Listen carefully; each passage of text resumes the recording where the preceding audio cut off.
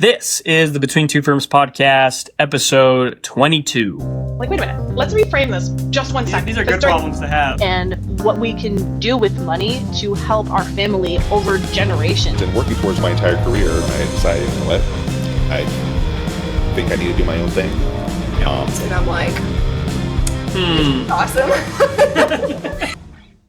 How's it going, everybody? My name is Nick Kobos, host of the Between Two Firms podcast, and I'm joined today, as always, by Title pending. Matt Nomchik. Matt, how you doing, dude? I'm doing great. Looking forward to the 3-day weekend, 3 days away from Nick here. From me? Wow, dude. 3 days Ouch. free. Ouch. That is... No, I'm doing really good. We had a nice company lunch today. And we had a good... Tell the people where we went. Where did we go? Nick... The people want to know. Was very enthusiastic about taking us to the grand opening of our towns. He was on top of it. He was checking. He had checking the calendar. I was in the know. Yeah, we were some of the first people to show up. Not sponsored at all. To our town's opening of Whataburger.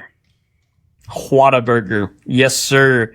Yeah, we Pinehurst, North Carolina is not a big town. I mean, I wouldn't call it a small town anymore either, but it is officially a metropolitan area. That's bold. That's bold. No, it crossed the threshold is 50,000, which it crossed. I was not aware that there was. I didn't invent the term. It was a little bit surprising to me, but it is technically a metropolitan area. I was not aware that there was actual threshold for where something became a metro. You pulling it up? Yeah, metropolitan statistical area is the term. You just do this. This was just off the dome, huh? Well, yeah. I mean, like Matt said, while we are a metropolitan statistical area, we're not a very big one, and so I was shocked when I saw that we were getting a Whataburger. And during my time in the Army, my last assignment in the Army was in San Antonio, Texas, the home of Whataburger.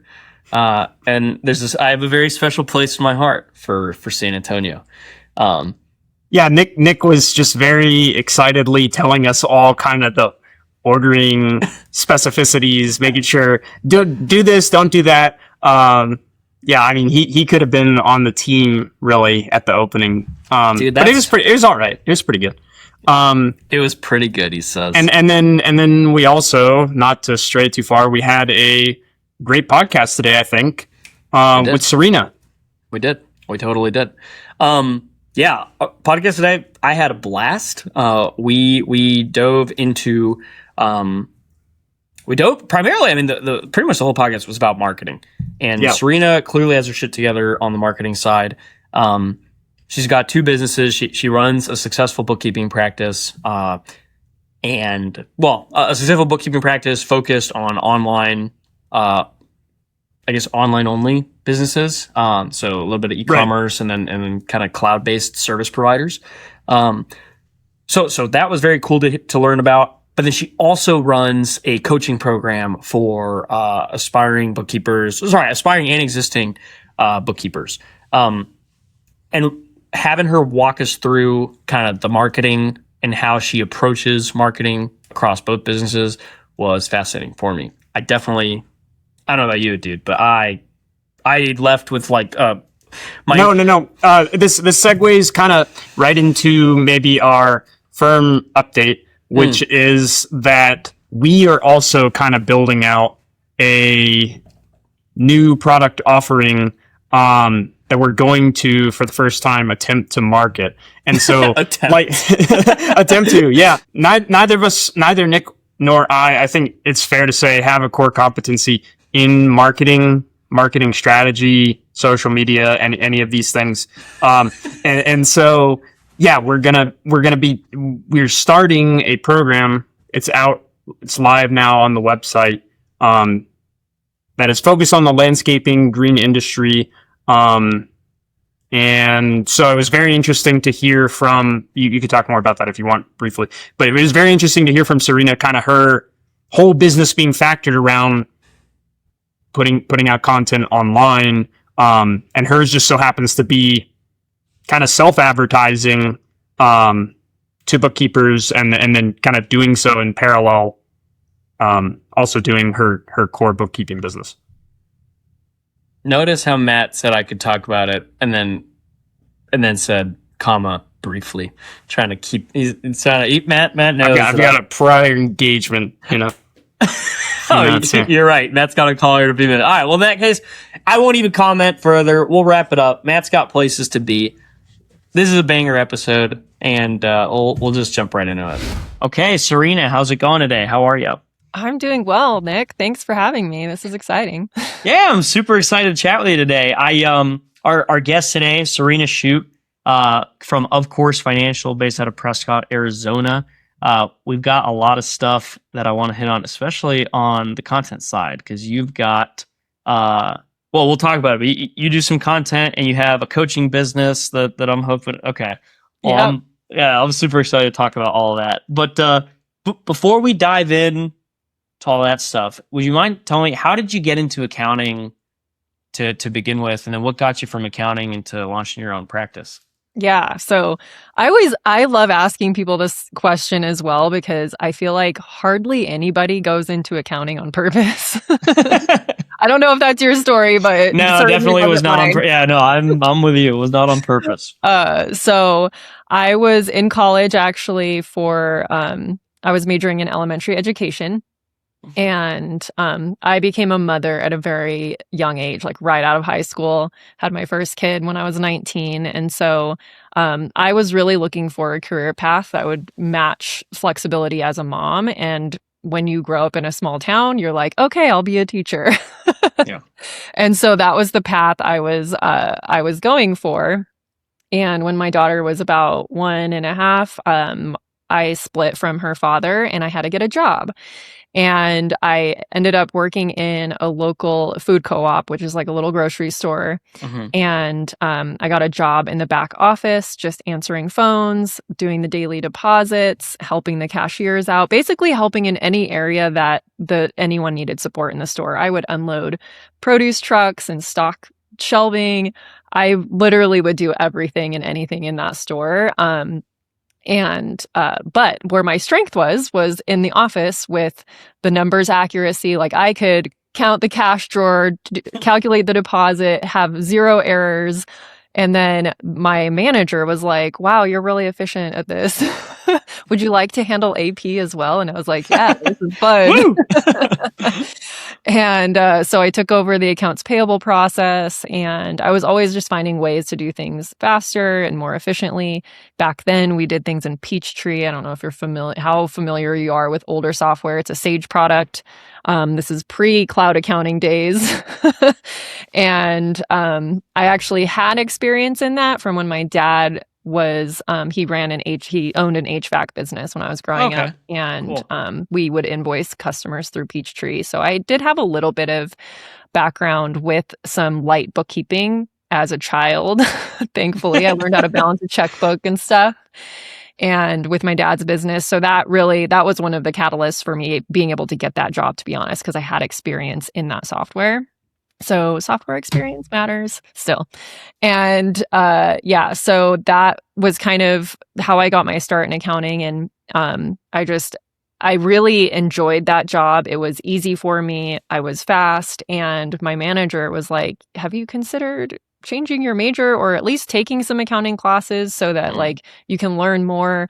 Because she really wanted to involve me in the process of putting together the financials, doing the budget, all of the, like, we had a board of directors that we reported to every month. And so she was wanting to train me up and mentor me into that position. Little did I know she was trying to get out. Like she was trying to lay the groundwork for a succession plan. And I was just like oblivious to it. I was like, sure.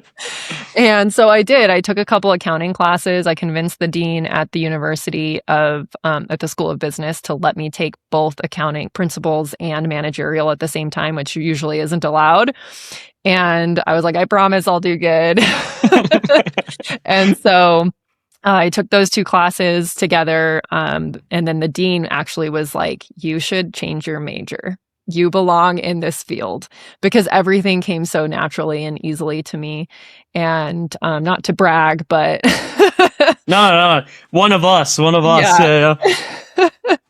Yeah, so I ended up changing my major to accounting for various reasons. One of them being, like, at that point I was in, trying to work and raise a kid, and the time commitment involved in getting an education degree is actually really high. So I had not only the full load of classes, but there was a lot of outside of the classwork that needed to be done, like lesson planning and observations and all sorts of stuff that go into, like, our teachers go through a lot to become teachers. So we should definitely be paying them more. But I don't disagree.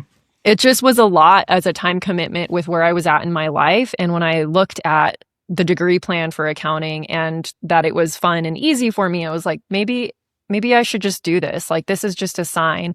This is like where I'm at in my life. And I know that I can, provide well for my kid with this degree. So that's what I did. I changed my major, finished my degree, and then I moved to a bigger city and got a job at a CPA firm. So you went right from school to public accounting? Sort of, like, not the typical pathway that gets pushed to accounting students, partly because I already had 3 years of industry experience, like, of working in operational, like, accounting. And then since I had a kid at home, I know what it's like to go to a Big Four. Like, I worked with auditors in my job, and I was like, I don't want that. So I found a small CPA firm. It was literally like an owner and his wife tax practice, like a small family tax practice. And I got on with them as a staff accountant and started working with small business clients doing their bookkeeping and their annual taxes. And I really loved the bookkeeping side of it. Yeah. I did not love the tax side. That's fair. That's fair. But I learned a lot working in that, because we did both. I learned a lot, like, about how to organize your work and how to manage. And when I came on with them, they were working on becoming a paperless office. So I learned all of the ways to file things digitally, and that experience has served me well in starting my own firm. But I worked there for a couple years, and then I moved again to California and ended up working again in industry. So I worked at some public companies and a biotech startup and stuff. And so primarily my experience is in industry. Gotcha. Okay. So how long were you working in it? Did you go from industry into launching your own practice, or did you go back to public first? No, I went straight into, so at that point I had been in accounting probably 12 years, and I was pregnant with my second daughter. So there's like a 10-year age gap between them. And I was like, I don't want to do the same thing I did last time and grind through her entire childhood. So my plan was, I'm going to start this while she's little. And by the time she's in school, I will have created a job for myself. Things look totally different than what I expected, but in a good way. Yeah. So when you started and decided, okay, I'm going to do my own thing, did you start on the side, like side hustling it, or did you just say, screw it, I quit? Like, what was that transition like? Yeah. If I could go back in time, I would have maybe started as a side hustle earlier on in my corporate career, but I didn't. I used the extra time to actually just get my CPA license. And so I did that in corporate. And then I actually went on maternity leave. So that was when I quit corporate. And when I went on maternity leave, I knew I wasn't coming back. So I helped them, transition everything to a new controller and all of that. And I took my, California's pretty good for maternity leave. We get short-term disability. So I did get paid a little bit. That's cool. And it's not your full salary, but it's like a third of what your salary is. And then I got, paid out my vacation time, because that's a law in California as well. And I also had a partner that was earning, so I didn't have to replace my income right away. Like on day one, yeah. Correct. So if I was in a different situation and I did need to replace my income, I would have done that a little bit differently probably, but I was lucky enough to have that support in the beginning. So yeah, I left for maternity leave and never went back, and now it's been 8 years. Oh, that's Actually, awesome. 10 years since I left corporate, but 8 years since I started since I basically, when I'm like, this is now a business, not just freelancing. Right. Oh, that's super cool. That's exactly the same transition I had. I was active duty Army, and same thing. I had some terminal leave saved up, and I had paternity leave, which the Army recently, well, not so recently now, but at the time, the Army had just changed paternity leave to 3 months, which was wild. Yeah, that's But good. yeah, and it same thing. It was like, okay, well, I need to let's get it going and use that time. No, I love that. So when you first started, what was like the vision? Was it and what kind of clients were you chasing down? Yeah. When I first started, there was no vision. It was, I want spending money so I don't have to Yeah. feel weird about asking my partner for money for clothes or doing things that aren't necessities, because I had always been my own, like I'd always been earning, like I'd never had to ask anyone for money. So it was kind of weird. And so I was like, I'm going to do this so that I can have, the extra money and whatnot. And also because I worked so hard to become a CPA, like to get my Yeah. license, to get to where I was in my career, I was not okay with like just quote unquote letting it go. Sure. Now I have shifted my mindset about things like that, but at that point I was very tied to the identity of being a CPA and being like a corporate career ladder climber. Yeah. And so that was the other aspect of like, well, I don't want to just like throw away my CPA license. I put so many hours and time and money into it. So I kind of was freelancing as a way to like stay fresh, just in case I end up having to ever go back to corporate or get another job, and also to just have something for my brain to do besides the repetitive, mundane tasks of being a mother, which are, I love being a mom, but when you're I used get to it. working all the time, Yeah. I get versus it. being a stay-at-home mom, it was quite the adjustment.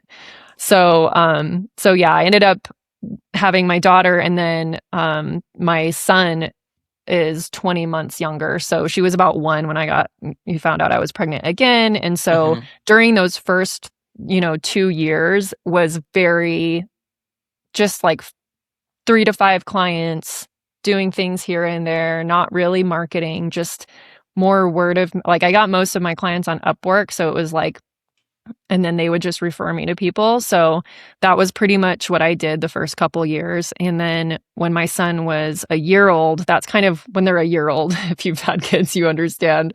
It's kind of when you come out of the forest of like newborn, whatever. And Needs so you all the time. yeah, I'm like the brain fog starts lifting and you really start to feel like a human again.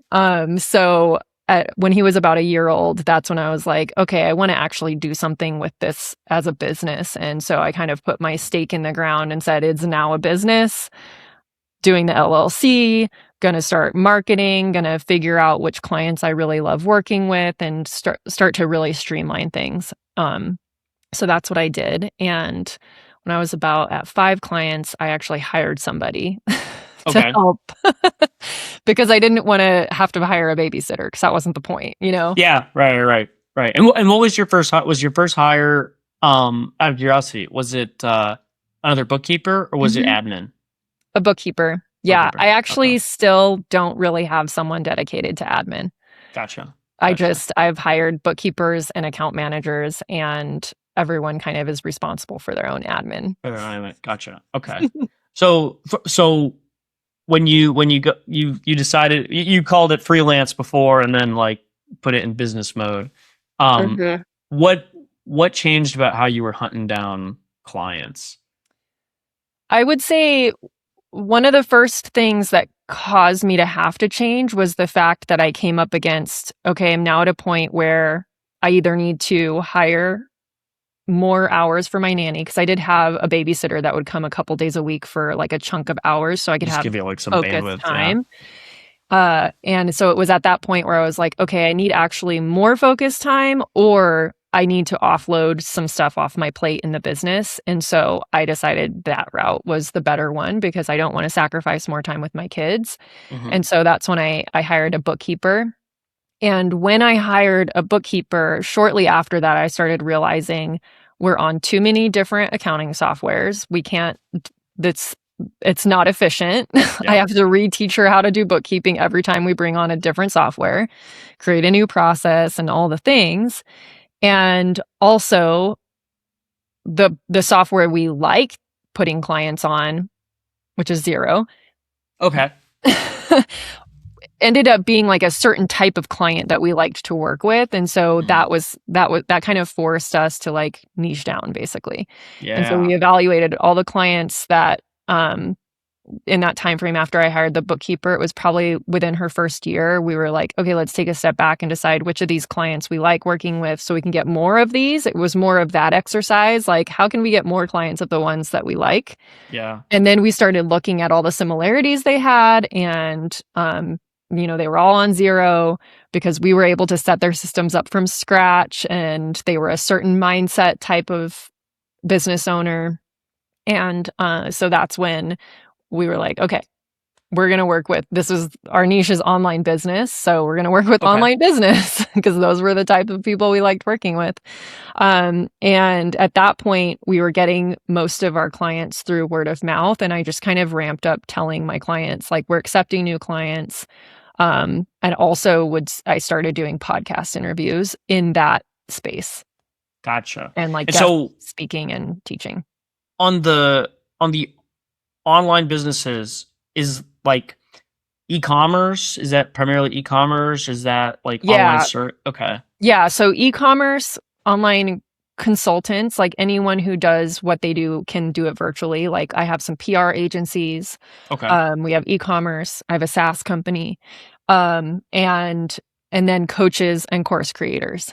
So that's kind of what got me into the world of doing that. It has kind of fed both ways. Like I was kind of interested because, and I'm sure we'll get into this, but I started helping people in my industry, in our industry, because I kept seeing questions come up when you're in groups and I have the answer. So of course I'm going to share and help give people, lay the groundwork. And so while I was working with course creators and coaches, I was also noticing like my own space needed something like this. And so I, kind of leveraged that. I was in a lot of communities for course creation and learned a lot and working with clients. So I was like, okay, maybe I could do this too. Yeah. Let me just pile on more to my plate. More stuff. Add more stuff. No, for sure. But that's super cool. So you were already working with people that were doing course and content creation when you decided to start. Yeah. Okay. Yeah. And I would imagine, I have to imagine that, like you said, it's probably helped your ability to relate to those clients, attract more of them, and give them meaningful insights. Yeah, because you've got the experience. Yeah. And I still continue to this day. Like most of my clients, like we are able to have conversations around parts of the business that you wouldn't normally talk with clients about, like marketing and things like that. Right. Because a lot of, unless you have that background or experience, it's really hard to have those conversations, but it is possible. So I don't want to discount, like, just because you don't have the experience doesn't mean you can't have those conversations. You actually can. You just have to learn it. Yeah. Right. No, that is super cool. So walk me through that if you don't mind. When you decided to start, how did you start the course / your content? Which one came first? Did you start? Like, how did that whole? Okay, yeah. It started as a blog.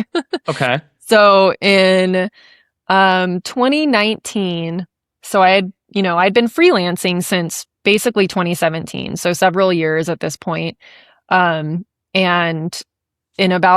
towards the end of 2019. I was in, really from the beginning of the freelancing journey, I was in a bunch of Facebook groups with other bookkeepers and saw a lot of the same questions coming up. Like, what do I ask from clients when I first onboard them? Like, what should I be doing every month? What, all the things, like, how do I get new clients? All the questions people have when they're starting out.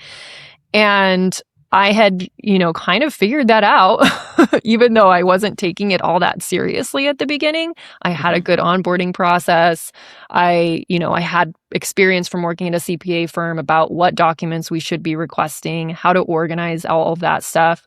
So I started from scratch building my firm, but I had background, like experience and knowledge with being exposed. So I was like, I'll just start, I was sharing those answers in those Facebook groups. And then I was like, I'm just copying and pasting the same answer every time someone asks this question. So I think I'm just going to start a blog and then I'm just going to direct people to the blog. So it was a blog page on my firm website that said for bookkeepers. So they could like click on it if people were, because you know how we are. We stalk each other. Yeah, right. We follow other people in our industry and see what they're up to and like how we can model what we're doing. I wouldn't necessarily call it copying, but like that's just how business works. You model things that you think might be working for other people. I call it cherry picking. You just cherry pick the stuff that works. Right. See if it works for yourself. It doesn't, as long as you're not like actually ripping off and plagiarizing stuff, go for it. Right. So, I started this blog, and basically, like, I had created my like onboarding proposal engagement letter process in a system called Dubsado, which is way more affordable than like Ignition or something like that. Sorry if they sponsor you. I don't know. No. But what you said, it's called what? I'm sorry. I haven't heard of it. It's called Dubsado. It's not even built for accountants, but that's where I was. I was like, I have 5 clients. I only want to onboard. I was at a point where I was only onboarding maybe 1 or 2 clients a quarter. I could not justify $75 a month for a proposal software. So I went out and found a solution that's $30 a month and also does a bunch of other stuff. And I could customize it to look pretty with my branding and make it like, attract the type of clients I liked working with. So, so I created that process and I posted literal screenshots of how I did it on my blog. And that's what I would share with people when they were like, what do I use? How do I do this? How do I set it up? I was like, here, let me show you. You should ask. Yeah, right. And so I just kind of documented the early on journey on a blog and was like, if this helps someone else, great. Now there's a free resource. It's, it's out there for other people.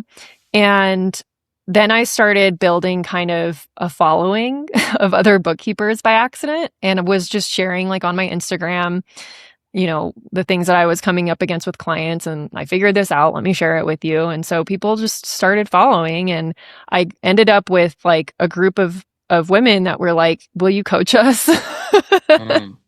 And I was like, well, like, let me just put everything in a more organized like checklist, because I didn't want like more one-on-one clients.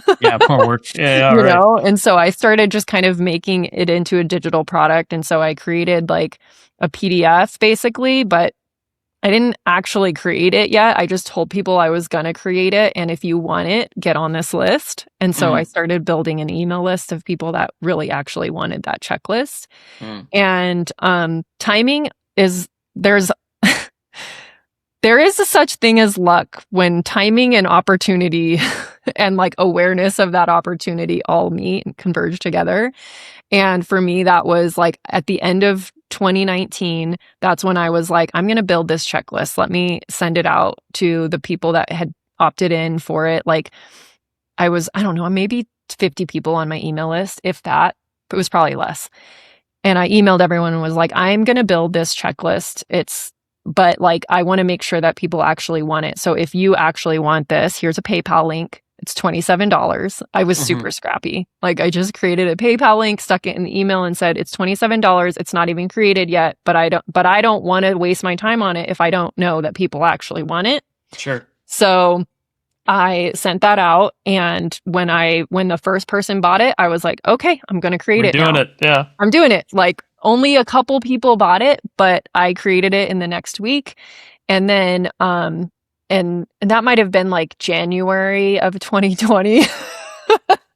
And then I was like, okay, it's live, it's ready. And I was like, I should just run some ads to it.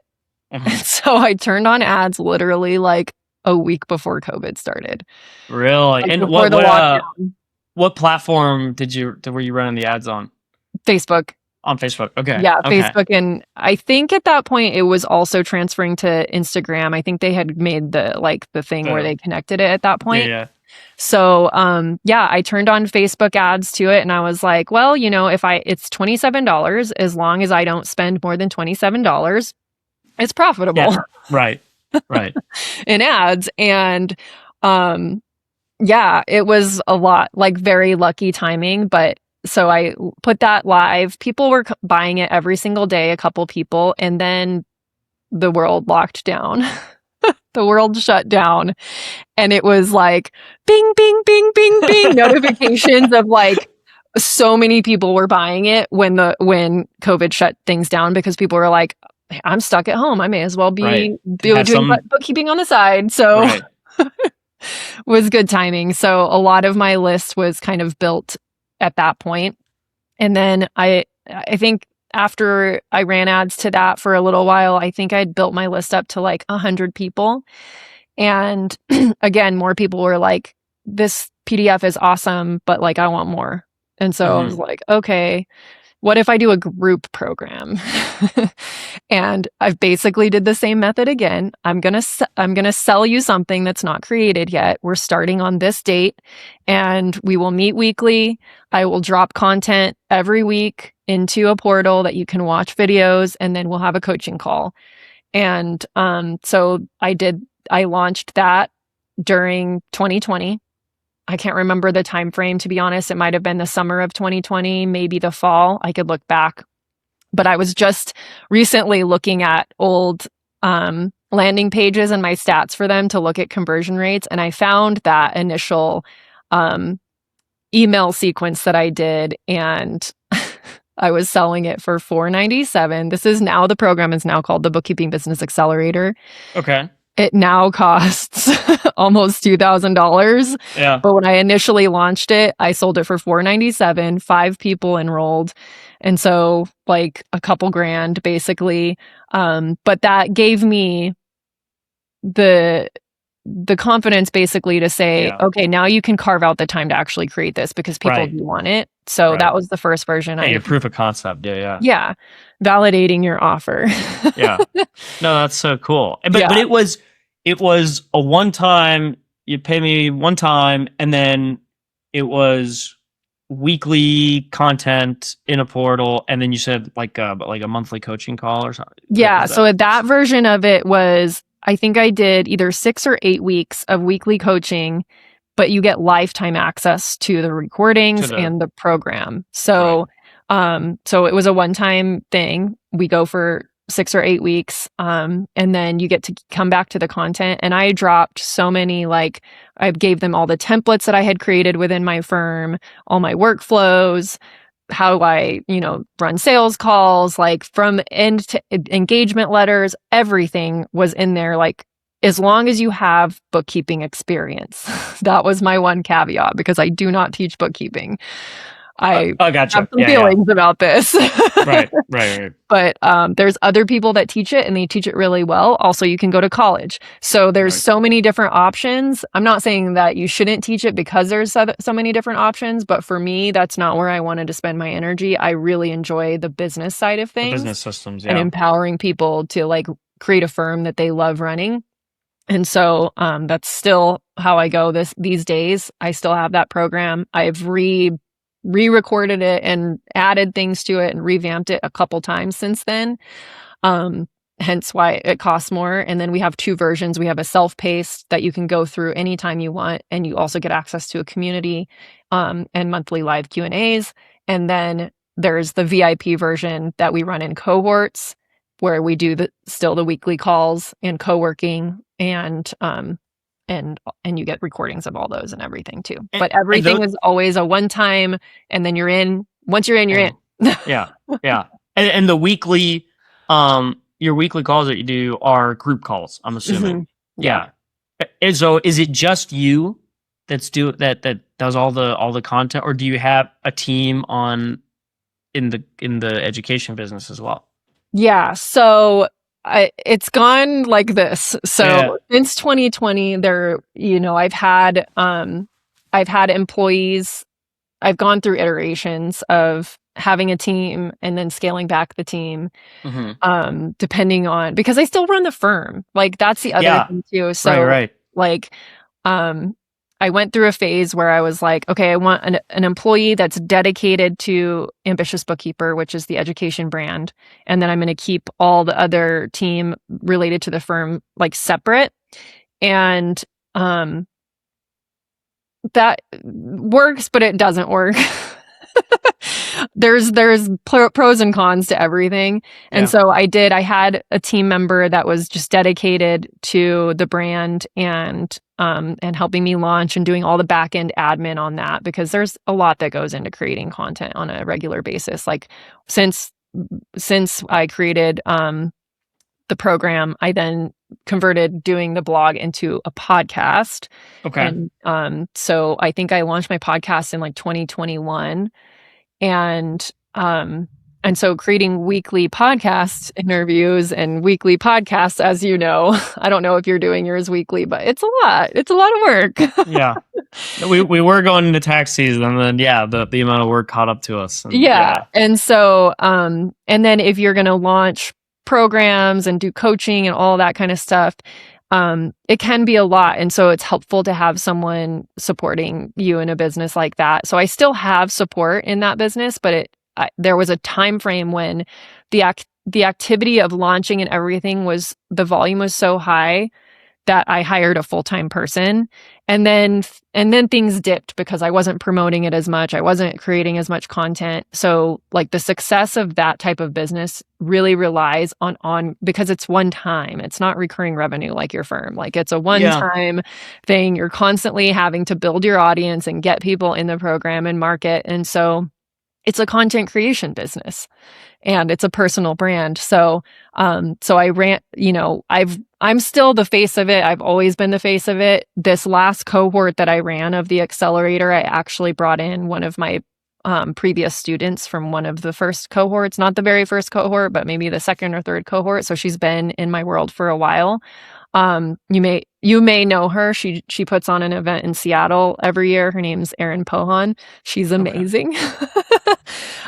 She's one of our alum. And so I brought her in to actually run the coaching calls and the co-working sessions this last cohort because I was just at a point where I needed to create some space. But like also people expect a cohort at least once a year.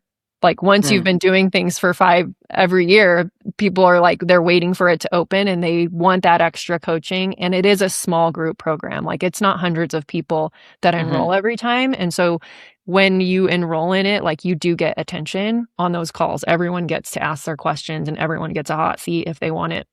So I think that piece is really valuable to a lot of people because it's not this massive program that you're just like lost in the giant Facebook group.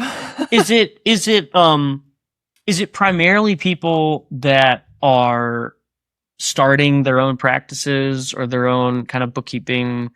Like, is that or is it existing bookkeeping firms looking to refine processes? It's a little bit of both. I market heavily when I'm launching. I market heavily towards corporate accountants or people that are working in a firm and want to start their own thing. Yeah. And that's how Erin found me. She found me through an ad on when I was launching. Every time I launch it, I do the bookkeeping biz workshops, which basically gets people like excited about starting their business and figuring out their goals and just kind of like laying the groundwork for it to be something intentional instead of starting out as a freelancer and then letting things just evolve and be messy, which is totally an option too. But she had been working in a firm and she was really unhappy with her job. And she was like, I'm literally doing this anyway for somebody else. I may as well do it for myself. And so that's kind of, I market towards that. But I do market towards people with experience because I do think that you need to have experience helping clients or at least experience in corporate. And I'll help you translate that experience. Because when I was in corporate, I didn't have to ever do a sales call. I didn't have to market myself. I just got to show up for my job and do the work. Right. It's a little yeah, it's all different there's running all a the firm. ancillary skills, that you have to. Right. Yeah. No, 100%. Yeah. So, but there are people that have been in business for a couple years and realize I didn't start this with intention. I'm now, kind of in over my head, or I want to set up structure, or I want to start building a team and just kind of like revisit my goals and everything. So people will because you have lifetime access when you join. You can come back and rewatch the videos, reset your goals, and do everything all over again at every stage of business if you want. Yeah.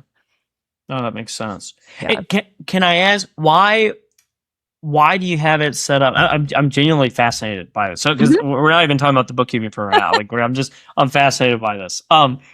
Why is it structured? Why do you have it structured as a one-time versus like a monthly access or whatever? Yeah. Why did you go that route? Yeah, because I know there's options in our industry to join a membership, and it's a lot lower of a cost. Unless you stay in forever. Right, exactly. Right. So I think a lot of it has to do with my personal preference and personality, and the fact that I work with clients that have memberships and I see how draining it is.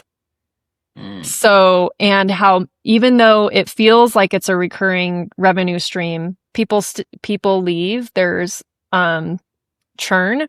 Yeah. There's high levels of churn when you don't have a contract that makes them stay, which I don't recommend having a contract that makes people stay. Right. But the churn is high. And so they are constantly having to refill their membership, which means they're constantly having to market. Right. And I don't like constantly having to market to refill things. And I also have joined programs that I joined a program in 2020 that I still go back into and revisit, like the way that I'm talking. And because at every new level of business, it almost requires you to like revisit all of those goals, and like you're going to hear things differently than you did at the beginning because you're in a different on a different wavelength now. Right. And I really appreciate being able to do that, having invested $3,000 in a course or whatever, that I get to keep it and come back to it again and again because I paid for it. Right. And yeah, like I still have people, like I still offer refunds. Like if someone joins the program and they get in there and they're like, actually, I don't want to do this. If they make that decision within the first 7 days, they can get their money back and get out. And for me, it feels better, to be honest, with my personality and all of those factors at play. And then like the cohort thing, when people are in the VIP version, you can join the future cohorts as well. So if you need coaching 6 months from now and we're doing another cohort, come to the calls, like get support. And so I think, you can get that camaraderie with a membership, of course, but only if you continue to pay. Right. So I don't know. It's just personal preference, I guess. Yeah, no, I'm. It's a genuine question. Like, I'm just fascinated. I'm fascinated by the coaching, like education business. That's super cool. What has and maybe it's changed. I mean, you kind of alluded to it, but how is the balance between doing the content education and maintaining your accounting firm? Like, what has that been like? Yeah. So in full transparency, and this is, I think, the part that people see the dollar signs of the coaching course business and they're like, oh, I want to do that. Yeah. But in order to get those dollar signs, it requires constant work. So I actually spend more time on the coaching business than I do my firm. Yeah. Because even though I have people in the firm, like the majority of the time I spend in the firm is mentoring my people. Yeah. It's not I'm not in the day-to-day really. So that's more of like a passive income for me. Whereas the coaching brand is a personal brand. Yeah, right. My right. face. If I don't show up, money is not being made. Right. So like with that, like you just have to evaluate what kind of business model you really want. You can obviously do both, but with split focus, like that's probably been the biggest challenge is figuring out which one to focus on at which times. Yeah.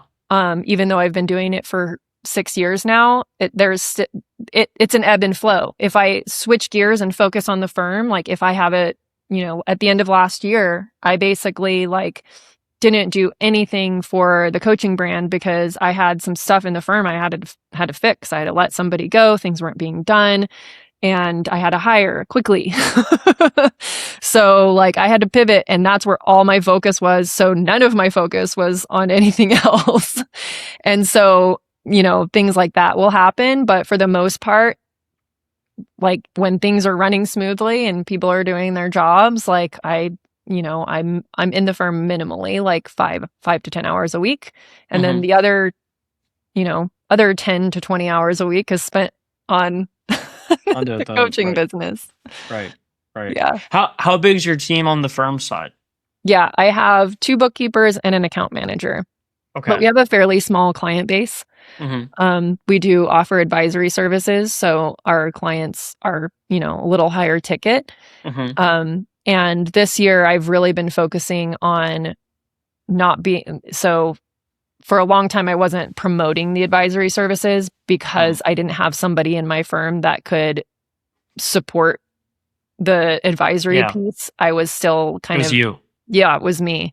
Yeah. Now I have a really awesome account manager, and she has experience with this kind of stuff. And so she's, we brought on a new advisory client, and she's managed the whole entire process.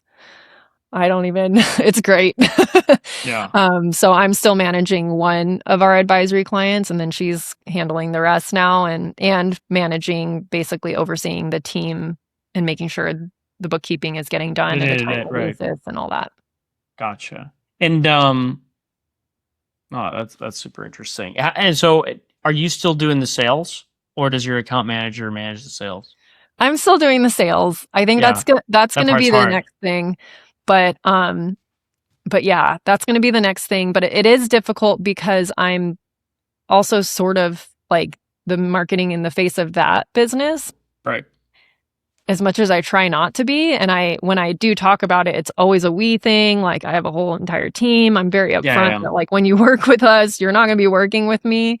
But so that's the next piece to like peel myself out of is the sales because yeah.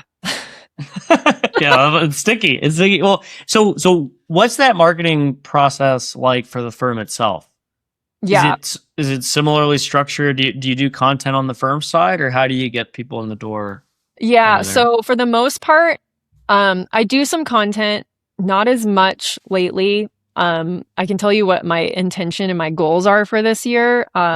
But as it stands right now, I haven't really done that much this year because I've been focused on revamping some things within the coaching brand. Like Q1 was, a launch for the accelerator, and then Q2 has been revamping my advisory program because I teach budgeting, forecasting, reviewing financials, all of that as well.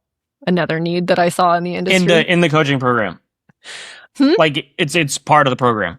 Okay, gotcha. Okay. Yeah, so I have not part of the accelerator, but a separate program called Elevate, where I teach how to review your team's work, reviewing financials and explaining them to clients, and then budgeting and forecasting and creating a process around that so you can remove yourself if you want your team to also be doing it. Because I saw there's a lot of people saying that they teach that, but they're really just teaching how to sell it. I gotcha. And people actually want to learn how to budget and forecast, and they need to learn in today's, climate.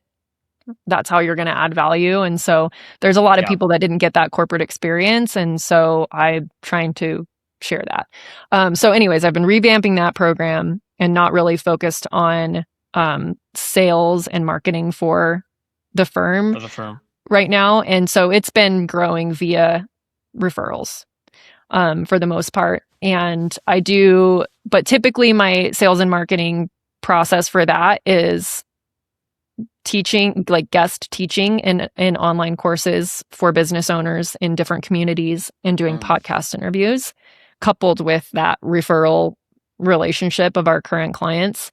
They're amazing at referring us to new people.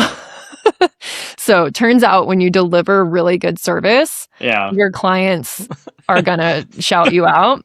Yeah. But you have to also let them know that you're taking on new clients. So if you come off as busy all the time when you're meeting with them, or when if you're not communicative with them, A, they're not going to get a great service, but B, they're going to think you're too busy for more clients. So they're not going to refer you. Yeah. So that's a great point. How do you systematize that? How do you like what does that look like in practice? Like the letting them know. Yeah. So one of the marketing pieces that we do on a consistent basis in the firm is I do send a monthly newsletter to all of our clients, and then one that's very similar but developed for prospects. So we have two things in our email marketing. One's a client list, one's a prospect list, because we have ways for people to opt into our email list. I think email marketing is very, very important in any industry that you're in. And so the thing that I learned with the coaching brand is email is where it's at. Like, you own that audience. So if you don't even post on social media, obviously, like, that's going to feed your email, but you've got to have a way for people to opt in to be in the know. And it's usually not just subscribe to our newsletter. You've got to explain like why they should opt in and give them something like a freebie. So there's various things that they can opt in on our website. And then when I do social media, I usually have a call to action driving them to one of those things. So there's that piece. So I'm constantly still building that email marketing. And that's the methodology I also use in the coaching brand. Like, it works across every industry as long as you're providing something of value and then continuing to provide value and being consistent with it. I think the consistency piece is what people underestimate. And I was talking about this on a different podcast about with another fellow accountant, that is one thing that my background in music has really taught me is consistency. You don't become a good musician without practice. Yeah. And so it just like builds and builds and builds. And I hated it when I was younger and I had to practice my instrument every day, but it paid off. Yeah. Yeah. But so anyway, email marketing, definitely be consistent. With my firm, I only send it out monthly, but we send out a monthly newsletter. The one that's for prospects is constantly letting them know we have space for a certain type of client, or here's, some free value, or send somebody our way if they fit this. Same thing on the client newsletter. If you know of anybody who fits this description, they're looking for a bookkeeper, they're looking for a CFO, like, send them our way. And we do offer referral fees. And just that's in every single communication. And I think a lot of people freak out and they feel like, oh, it's too much, but like not everybody opens every single communication, especially if it's only once a month. So like, I probably should be emailing more. And when you do have space for clients, email every week, email 3 times a week. They're still not going to open every single email. Yeah. Yeah. So 2 email lists, 1 email a month per list. And I mean, that's your system. I mean, that's pretty straightforward. Yeah. And also during part of our onboarding workflow, which is automated in the Dubsado thing, is after someone's like, they go through the whole onboarding process, they get onboarded, we have a workflow that automatically starts after 3 months of onboarding. And it's just an email that gets sent to them, asks them for a testimonial. So we get that, we capture a testimonial, we put that on our website. Because if I have to remember to ask for it, it ain't going to happen. So we're going to automate the things we know we're not good at, which is like following up on invoices, following up on proposals, following up on testimonials, because everything like, and capturing testimonials that come ad hoc. Like if a client replies to your financial email and is like, this was awesome, thank you so much for breaking it down, screenshot that can I cuss? Yeah. Screenshot that shit Yeah. and keep it and organize it so that you can share that. You know, you can that's something you can share in an email to your prospects. Like, this is one of the things like our clients say about the package we deliver every month because we do this, that, and the other thing. And so asking for the testimonial is automated after 3 months because usually people have a good experience during onboarding. We get them onboarded quickly. They start understanding their numbers and they get results within those first 3 months. And so they're going to be excited to give a testimonial. So timing is everything. Same with if someone emails you, this was awesome, like out of the blue, based on something you did for them. Immediately ask them, awesome, can I share this? Can I capture this? Would you like to write up a testimonial? Blah, blah, blah. Like, are you okay with me putting this on my website in the moment? So that, because people are excited. Yeah. And so that's something we try to incorporate as well. When you ask for like your automated 3-month testimonial ping, that's an email. Okay. And what's the call? Like, what's the request? It's like, so it's an email that comes from Dubsado with a form attached, like embedded, basically, that asks them specific questions. So it's easier for them to answer and kind of gives examples too. Like, you've got to make it as easy as possible. Yeah. So specific questions about like what's changed, like where were you at before and as opposed to now, and then like an acknowledgement of like, are you okay with us sharing your name and your picture? If so, upload a headshot. We can also keep it anonymous, like just getting consent on that. And then also like, are you okay with us shouting it out on social media versus just on our website? So all of those things are important to capture, but making it as easy as possible. And then as soon as they fill it out, we get a little alert. It's like, your form was filled out. Boom. Another one. That's how we know. Yeah. Oh, that's a slick system. That is a slick process. I like that a lot.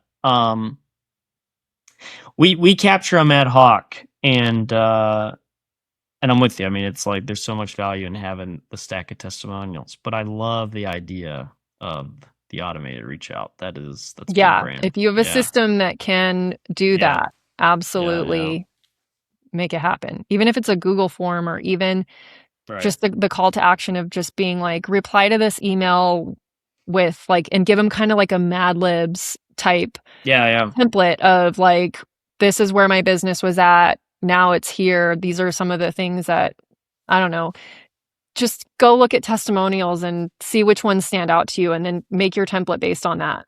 Yeah, no, that's, I love that. That's a lot of wisdom. What on the email marketing side, what platform do you guys use? I use Kajabi because that's where everything I host for the coaching brand is on Kajabi. And so my website is hosted there. My courses, my payment processes for the course brand are on Kajabi. But because of that, I signed up as an affiliate, a software affiliate for them because it comes with a free whole other website and everything. So I have both my companies set up on it. Gotcha. Which is way worth it. If you can just, I think all-in-one platforms, they're not always the best, but if it helps simplify things for you so it's less overwhelming, it's totally worth it. And a lot of people look at Kajabi and the price tag and they're like, oh my gosh, that's so expensive to pay every month.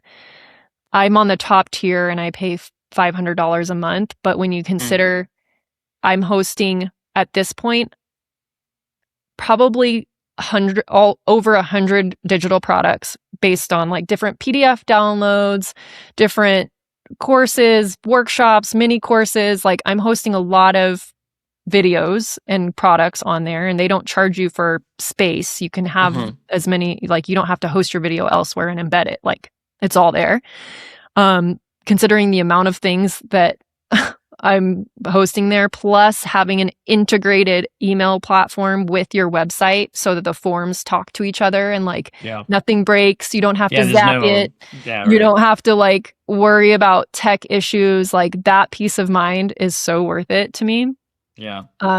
But initially I wasn't on Kajabi with my firm. I was on Squarespace, and they also have an email marketing platform. And I also used that at the beginning, and it sufficed for my firm. If I only had the firm and I didn't have a coaching business with course hosting and all of that, I would still be on Squarespace, and that's what I would be doing.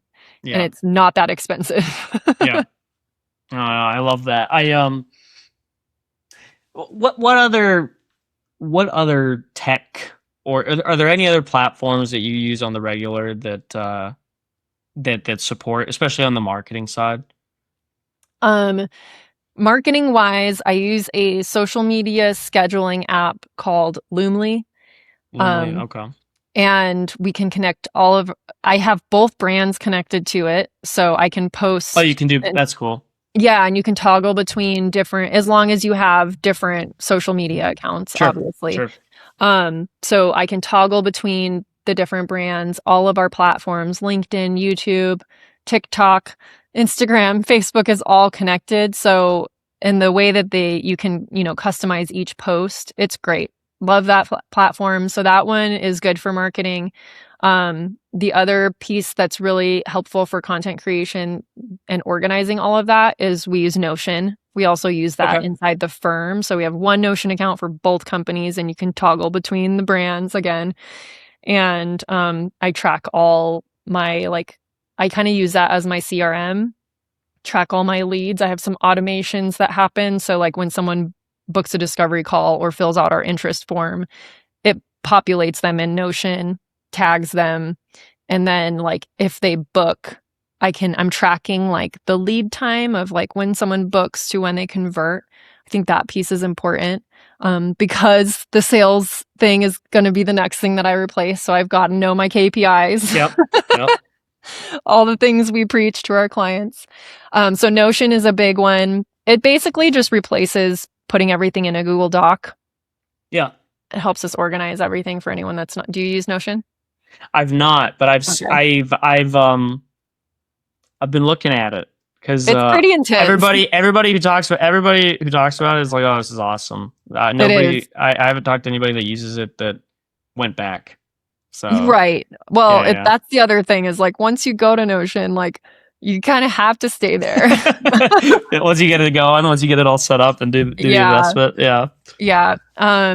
And then, so those two things are a big one, that, translate for both the firm and, the coaching brand. But, one thing I left an open loop on accident was my plan for marketing of the firm. This year, I really want to experiment with Facebook ads and meta ads because on the firm side, I've never run ads to anything on the firm. And I'm interested in exploring that to see how it works. Yeah. Because I do it very successfully on the coaching brand. Yeah. That's an interesting point. On the coaching brand side, is most of your content and the ads that you're posting, are you posting mostly visual ads? Are these static images? Is this video? Are you doing a combination? All of the above. Okay. and most of them point to a freebie, or usually. Yeah. Unless we're in a launch. So when I run those workshops, I run ads to the workshops. They're paid workshops. They're $27. They're low ticket. But when someone pays for something, it's 3 days of actual action items and teaching, and there's way more value than $27, but that pays for the ads basically. Yeah, just your CAC is covered, and then they're probably more bought in. So and they participate. And right, you gets rid of the lower quality leads. Sure. Yeah, so that's usually, unless we're doing those ads, they're all running to something free, whether it's a podcast episode. And I'm not constantly running ads. Right now, I don't have any ads running. I just closed down ads for every year I do the State of the Virtual Bookkeeping and Accounting Industry survey. And so we were running ads to that to get people to respond. I don't know when this airs, but our results will be released July 1st. So, I was trying to get as many people to respond to that as possible, but also being very specific about who I wanted to be responding, and it was the smaller firms, because we have industry reports from like the Ignitions and the Intuits and all these big guys that work with huge firms, but our businesses are different, and so trying to get different data and all that. So it's really exciting. I'm excited to share the results of it. No, that is super cool, and well, Matt's list, so we'll make sure to link that if we have it. That'll be cool. Oh, sweet. In fact, we've talked a lot about the marketing and acquisition side for both businesses, and I'm normally for accountants, that's a lot of accountants like to talk about it just because I think it doesn't always come naturally to us, but you're pretty dialed in on it, and it's fascinating. It's fascinating listening to you break it down. I could talk about marketing all day long. It's so fun for me, but that's the other piece, is like, because I don't know, we didn't even get into it, but I don't consider myself a numbers person. So that's probably part of it. I didn't do terrible in math in school. Like, I was good at it as long as I didn't forget a step. But like, I'm a creative, so marketing's fun for me. And I like spending my time doing that stuff. So I think it's important for anyone that is listening and is like, I want to have a one-to-many offer and I want to do this like coaching type thing. I I don't want to discourage anyone, but for some reason, I've been trying, and I don't want to say I've been trying, because I've been trying, but not to the same extent that I do it for the coaching business. But it's weird. It's hard to get business owners into a one-to-many when it comes to accounting. So if like you're trying to create like a DIY program, like I have one, and like it is hard to get people in there, but also I haven't dedicated the amount of energy that it requires. So there's that. You're one-to-many for on the accounting side.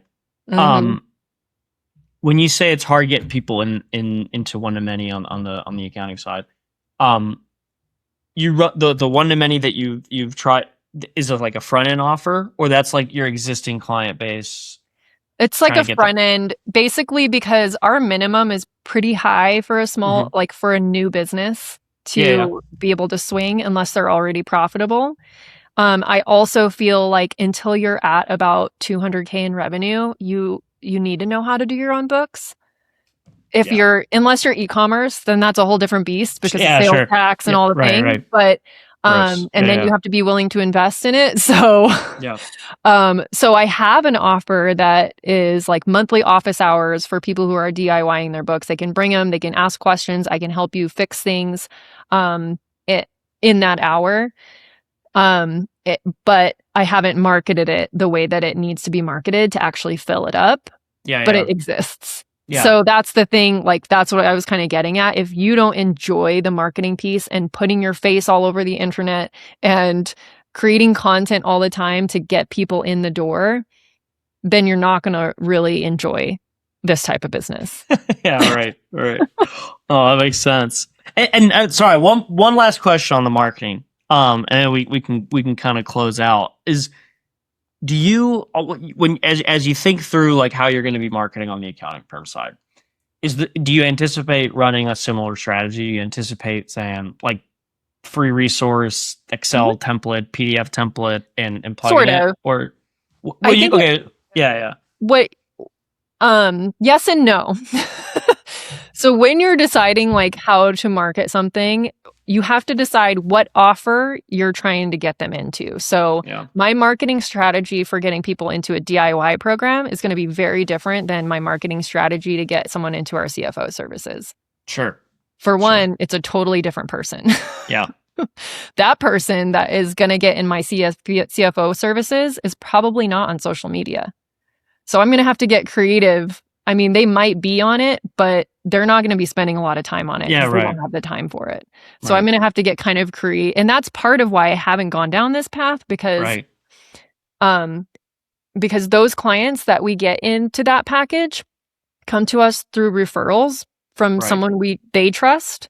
And like we've already, like, it's so yeah, the selling professional services, like, no, I'm with you. Right. Yeah. It's a higher trust sale, and Yeah. it's harder to just cold. It's not something that people are kind of right. getting hit with an ad on Facebook as they're scrolling with. Yeah. Right. So if I were to, so you steal my strategy, do it first. I don't care. If I were to run ads to ultimately want to get people into that package versus the DIY offer, I would be running an ad that connects to that and speaks to that higher level business owner. Yeah. So whatever that middle product is, whether it's an audio or a call, you can run ads to book calls. Yeah. Yeah. What we've been working on and are starting to roll out is and then we didn't come up with it. I mean, we kind of cherry picked it from another firm that we did some learning from. Is that kind of initial offer being a basically a paid scoping, but like a one-time review of the financials and past 2-year tax returns, whatever. And then the deliverable being one-on-one 90-minute call. We will walk you through all your financials line by line and give you, here's the 4 things that we would take back to your accounting firm, from this, with the intent that, one, it being a one-time, but part of the problem I think with advertising, or even just all acquisition for accounting firms, is that the client, it's like the clients that have an accounting system that is working and clean typically aren't out shopping for accountants. So the people that are coming, the leads that come in, aside from like referrals, right? Like leads that just come in because they looked you up on Google or they saw your ad or whatever, tend to be the people that have dumpster fires because that's why they're out looking. And so that's a problem. And so having the one-time kind of paid scope where it's like, hey, one-time engagement, we're hopeful will increase the lead quality just because we're not asking you to marry us before you, but we're not asking you, like, you don't have to leave your current provider and jump ship to us and we're unknown. Yeah. So that's kind of our initial take at it. And so that's why I'm fascinated asking. That's why I'm asking all these marketing questions, because I'm capture their emails, no matter what. Yeah. Even if you can set it up in a way where when you throw the ad at them, if they click on the ad before they get to book the call, they have to put in their information. That way you capture the leads that might disappear and not even book, and then they're on your email list. Yeah. But what is your price point on that? Well, we haven't rolled it out yet. We're rolling it out like this week. Like we're starting to send the emails out for it next week. Our initial price point for it, we think we're going to start, it's set up for $750, initial price point. And I think the firm we're copying it from, granted, they're much more established in their niche and have been doing it for a while. They're doing the same thing at like 2,000. Okay. But we're going to start it at around 750. Our current plan is to, when we do our email outbound for it, is not to focus on the niche itself and direct to the target client. We're going to probably focus on industry groups and trade, like the kind of a more affiliate path. But that's where we're planning to start it out at, and then we'll just iterate. We're going to iterate from there. But be willing to iterate for sure. Yeah. Because especially if you don't get any, it's hard to run ads. I'm not going to say it's hard to run ads. When you have a dollar value associated with the ad, like they're buying something, your ad costs are going to be much higher and you're going to get lower conversions. So be willing to play with that price to see how it affects things for sure. Like even if, like for the workshops example, I know that 3-day workshop series I do is, people have told me it's worth more than the programs they've paid thousands for. But I'm only charging $27 because it's an attraction. It's not about the workshop. All right. Exactly. I don't try to be profitable on that part. It's about getting the right back-end people conversion. in. Yeah. So even though 750 might feel low, if you're not doing like, I kind of compare that to like what I would do as a diagnostic review, basically, of Right. examining people's books. I can do a quick and dirty diagnostic in 30 minutes, but I'm not going to find everything. Or Right. you can pay me $500 and I'll do a very thorough one. Yeah. Right, You know what I mean? So like that quick and dirty one, I would be willing to do for $50 Mm-hmm. just to get the right type of lead in, because I know Yeah, just to have the can- conversation. Right. Exactly. Because once I get them on the call and show them the results and that there's probably more, I know I could close them. Right. Yeah, exactly. That's Yeah. the goal. That's the right. No, 100%. I'm very excited. I've been talking about it all day with the I'm excited to hear. You better keep me I'm posted. excited. I'm excited to get the metrics on it and see where it goes as we start getting people through that funnel. But no, I appreciate you talking us through the market, because you're just filling my head with good ideas. That's why I like doing this. This is Great. fun. I love This is it. fun. Yeah. I know it's So- it's like the thing of being an entrepreneur is like too many ideas and not enough time. not enough time, or people to implement. Yeah, right. Yeah, it's the implementation. It's the implementation that gets us 100%. Oh, well, cool. Well, this has been a blast. I like I said, I really appreciate you walking us kind of through your marketing and being so open with us. Before we wrap up, if it's all right, we'll ask you our final 5 questions. Same questions we ask everybody that comes on. So, question number 1: do you have a favorite business book? Oh, my favorite business book. Well, I have a favorite business one and a favorite leadership one. Which one do you really No, want? give them. Hit Okay. me with both of them. Hit me with both of them. It's hard to have a favorite business book, but one of the ones that I constantly like think back to is Built to Sell. It's a short one. It's an easy read. But it really gets you thinking about ways to like remove yourself as the owner and build something that's sellable.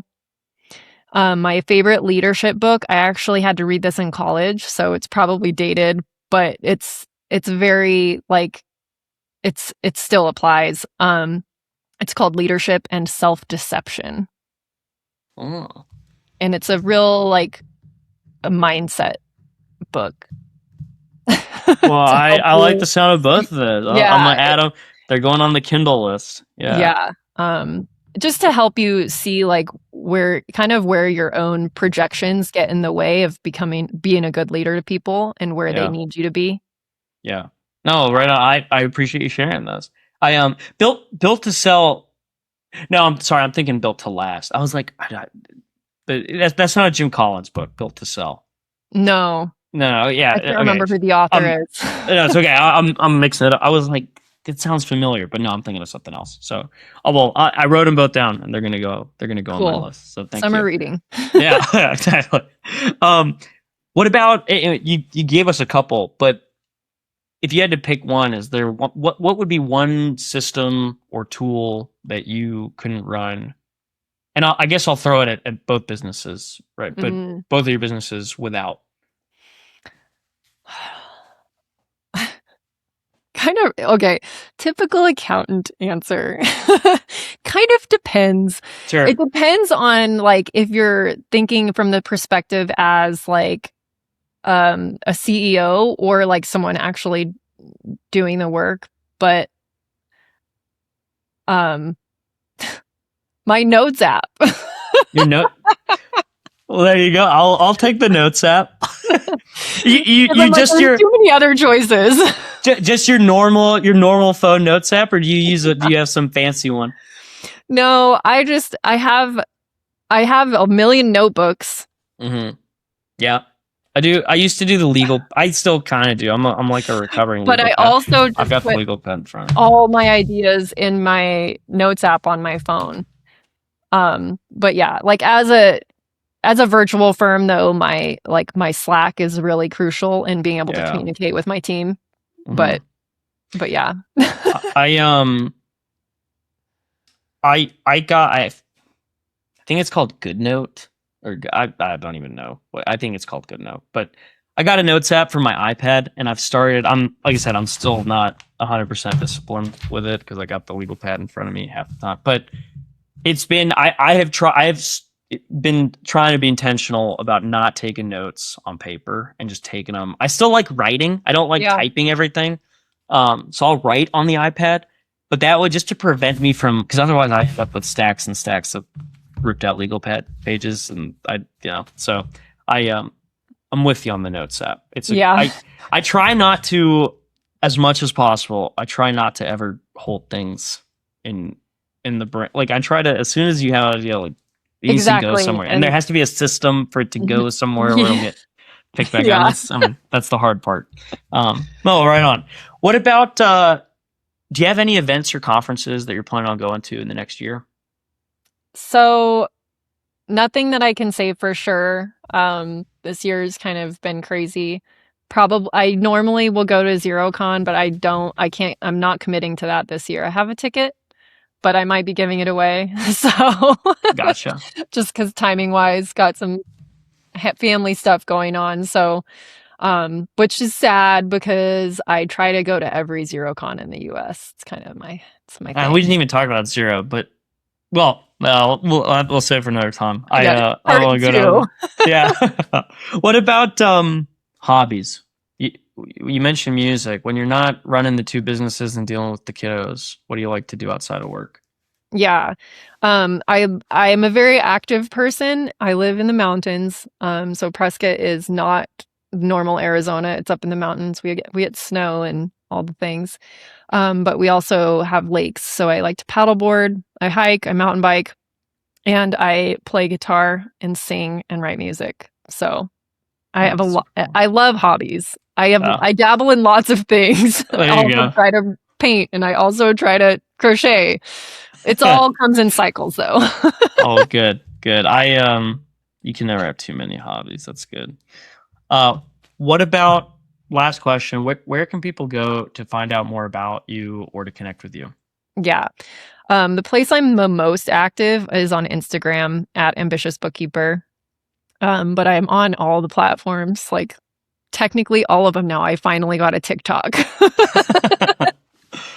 I resisted that one for so long. I just created it this week. So, at Ambitious Bookkeeper, pretty much everywhere. YouTube, Instagram, Facebook, TikTok. All right. We'll link the Instagram below then. Well, perfect. No, Serena, honestly, it's been a blast chatting with you. Thank you so much for coming on and again, your willingness to share. And we'll link everything below and look forward to chatting with you again sometime soon.